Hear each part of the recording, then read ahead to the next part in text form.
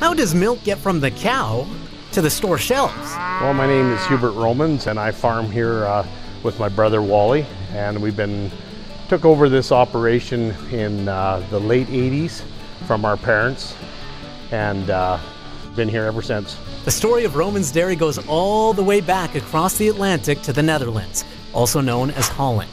Adrian, also known as George Romens, and Margaret Romens were farmers without a farm. They immigrated in 1954, and the biggest reason why they did is they're both from very large families, farm families, and they wanted to be farmers. And opportunity to farm in Holland was basically non-existent. What you had to do, the Dutch government had reclaimed land from the sea, and you would have to put your name in.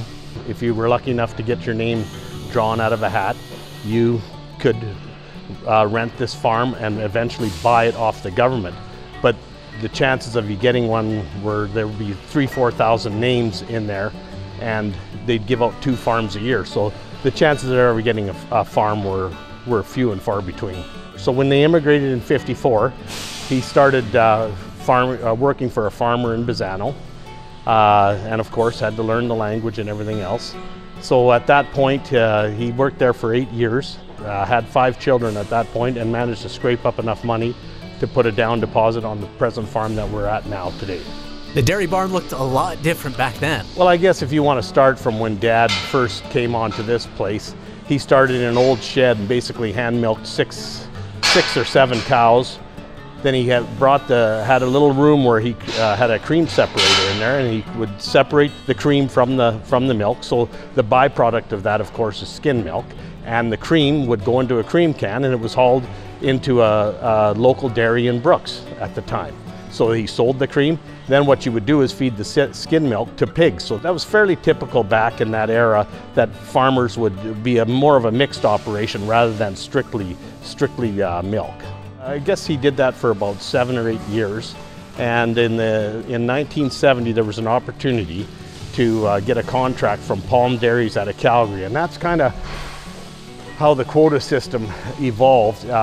You set up a contract with an existing dairy plant, and they would tell you how much milk they needed, and you would fill that quota.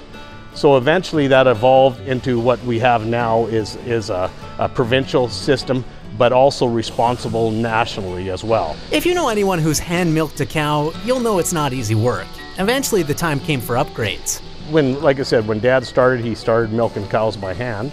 Then he graduated from that and had built a Quonset, kind of a barn. And then once we had a fluid operation where we sold strictly fluid milk to the dairies, then what we did is we started with several different types of parlors, and then gradually the last parlor that we had was a rotary stall parlor, and we could milk 28 cows at one time, and it worked fairly well.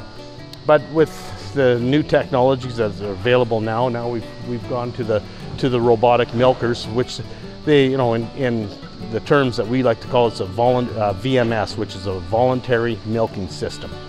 And as you can see, the cows are way more relaxed in there.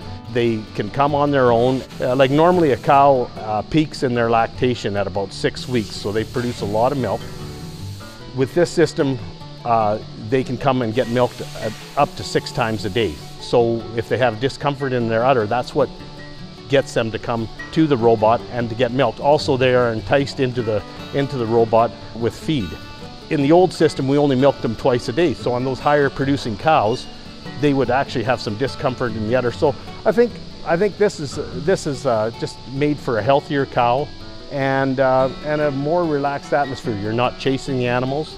So I think it's the wave of the future. Thanks to these new machines, the Rommen's Dairy milks about 190 cows and averages about 40 liters per cow per day. And like all industries, there were many challenges over the years. The biggest thing I kind of mentioned that about defending our way of marketing. Some of the other things that it probably hit the beef industry harder than it did the dairy, but it certainly had an effect on us, the BSE crisis that we had. I think with one of our challenges as a dairy industry is to show the consumers and animal rights groups we do treat our animals properly, and it's very important that that message gets out there. There's always bad apples in every group, I just think we have to defend our industry as much as we can. But we all have a role to play in being environmental stewards also. So there's a halfway point there somewhere, and we just have to come to that. Along with the milkers, there's also other robots doing work around the barn. That is actually the robot that pushes the feed up. What it does is it runs every hour, and it just skirts along the bunk and pushes the feed closer to the cows so that they can eat and without any problem trying to reach for it. And it also entices them to get up to eat too. So it's just another chore that a robot does that we don't have to do.